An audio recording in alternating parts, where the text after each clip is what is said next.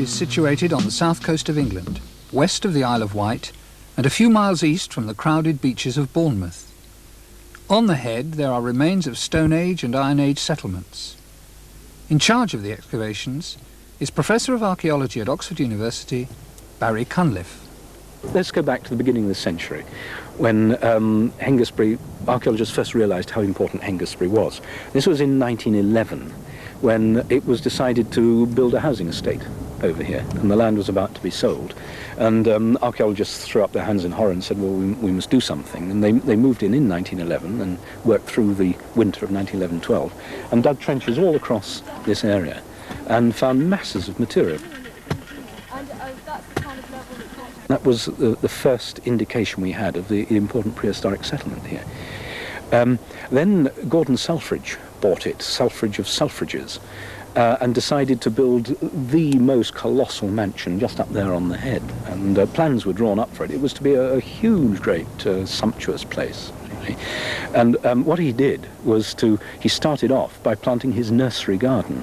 That's the woodland in which the students are excavating now, to get all his trees sort of established. But mercifully he got no further.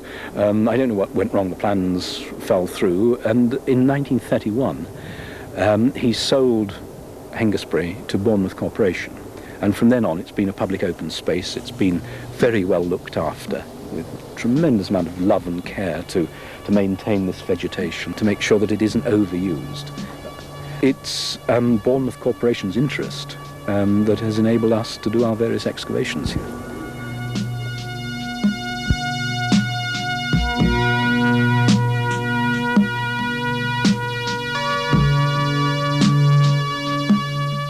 The Marine Training Centre on Hengistbury Head is used as a base for teaching school children canoeing, sailing and environmental studies.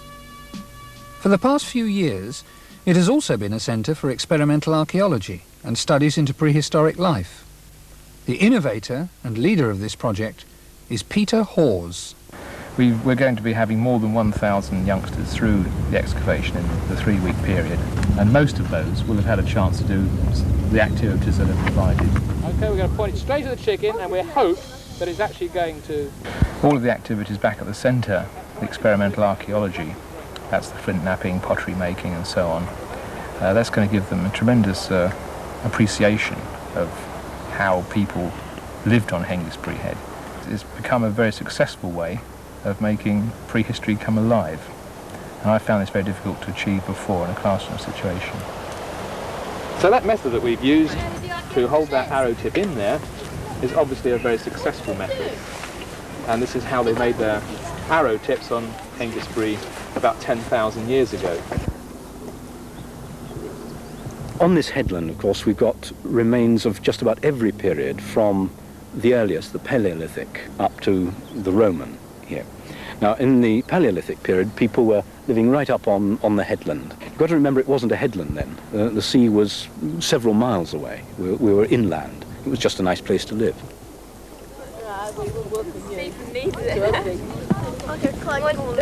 How'd you do it? Right. I don't think you can actually teach real archaeology in a classroom. You can show them tools and weapons. You can let them handle pottery and things like that to get the feel of the sort of artifacts. But you cannot tell people actually what it's like to be on an excavation. The only way is to come out and do it. If you work on 8 hours a day and you're picking and shoveling all day to get the top off, you really experience what hard work is like.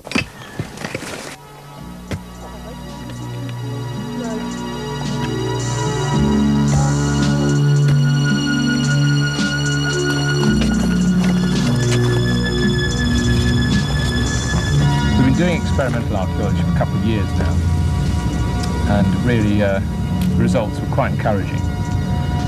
The enthusiasm was very encouraging from the youngsters. They obviously all enjoyed doing it.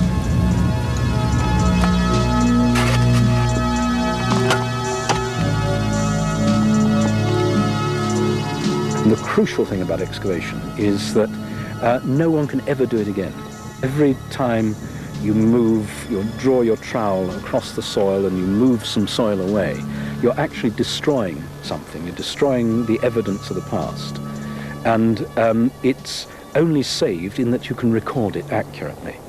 So that every archaeologist simply does destroy things, has to destroy things to understand them. And therefore our recording has got to be very, very, very careful. And your ability to see things, spot things, has got to be careful. And this only comes with long, long, long training. I'd rather you keep anything like this for now and then we can chuck it out later. What we've done is to put 2 experienced supervisors in charge. They complement each other nicely. And the idea was that by taking that excavation very slowly, that they would teach those school children taking part precisely what was involved in excavating a site of that kind. And anyone who'd spent 2 weeks there will have learned a lot about how to dig that kind of site.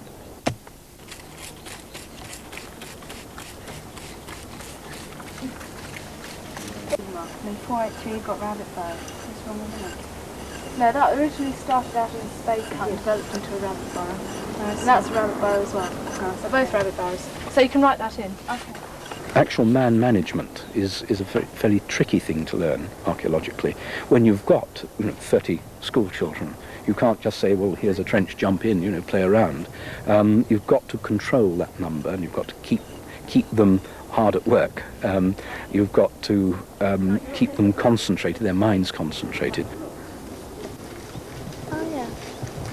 Turn that until that's sharply enclosed. The cross is in focus. Yeah. What they learn is Point in the about centre. the past and how the past presents itself in a trench or in terms of a handful of flints or something like that. Sort of how you get from the artefacts to understanding the past. But they also learn, I think, much more importantly, what an archaeologist is really about. You have some very good examples of sort of the period. We have things like this one, which is a scraper, a very typical late Neolithic scraper. It's made on a very wide flake, and it has fairly steep retouch confined right to the edge, which tells me that that is a very typical late Neolithic scraper. Now, it's not necessarily the sort of thing that would go on display in a museum because it's not very exciting to look at, but it is absolutely typical of the period that we're talking about, which is about 2000 BC. So something like that to me is very nice to find. It's very important. The people in the Neolithic period would have made woolen cloth, and they will have made skin clothing, perfectly good skin clothing. They had complete command of all those inorganic things like skin and horn and hide and wood and basketry and things like that. They were able to make baskets as good as we can make them today, or make wooden vessels, make wooden vessels as well as we can. They could make pots very well, and they lived, we haven't got any traces of the houses here yet, but they lived in perfectly decently constructed wooden houses, probably sort of roughly square or oblong wooden houses with thatched roofs. No, their technology was not unlike that of medieval Britain, except that they had no metal. That's it. You've got quite a nice knife on there. A knife you can make in a few seconds. Just a hammer stone, a piece of flint, one strike, you've got a knife which you can use. A scraper takes perhaps about 2 or 3 minutes.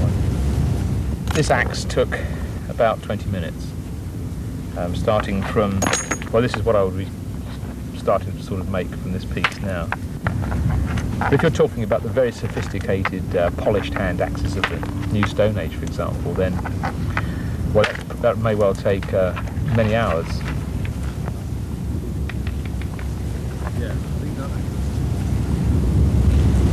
In a sense, we're taking what drives the children to play football and then trying to use the same principles in their normal learning, so that their enthusiasm for football is transferred to history through flint napping and firing arrows. It's a very long, difficult word, which you almost got right. Archaeologist. Very good. Archaeologist. Marvellous. Well, this afternoon you're going to become young archaeologists. Because you're at a real archaeologist. There's usually 1 or 2 sessions at the centre before we get very involved in the experimental work, where I show them lots of artefacts which have been found on Hengistbury, and take them perhaps to an excavation that's operating at the time. So they get some idea of the importance of Hengistbury Head, working with genuine material, and I show them demonstrations of making tools and weapons, and that of course makes them want to have a go themselves. And I create the situation where they can in fact try out these practical activities, and it really goes from there. Right now folks, to listen carefully, because what we're going to do is to cook our dinner tonight, Stone Age style. I think some people think we're a bit strange, teaching in this sort of way. But it's a prehistory is something that is very difficult to actually get across without involvement. It's a very dull subject if it's all done from books and museums. And unless they're actually involved making, using and testing and trying out, I find it impossible to get any enthusiasm.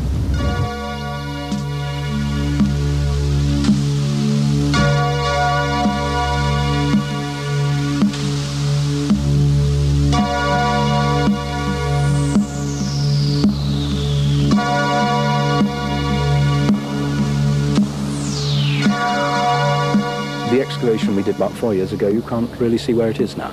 The vegetation has completely grown back over it. So it'll look a bit of a scar for 2 or 3 years after the end of the excavation, but after that, no one will know.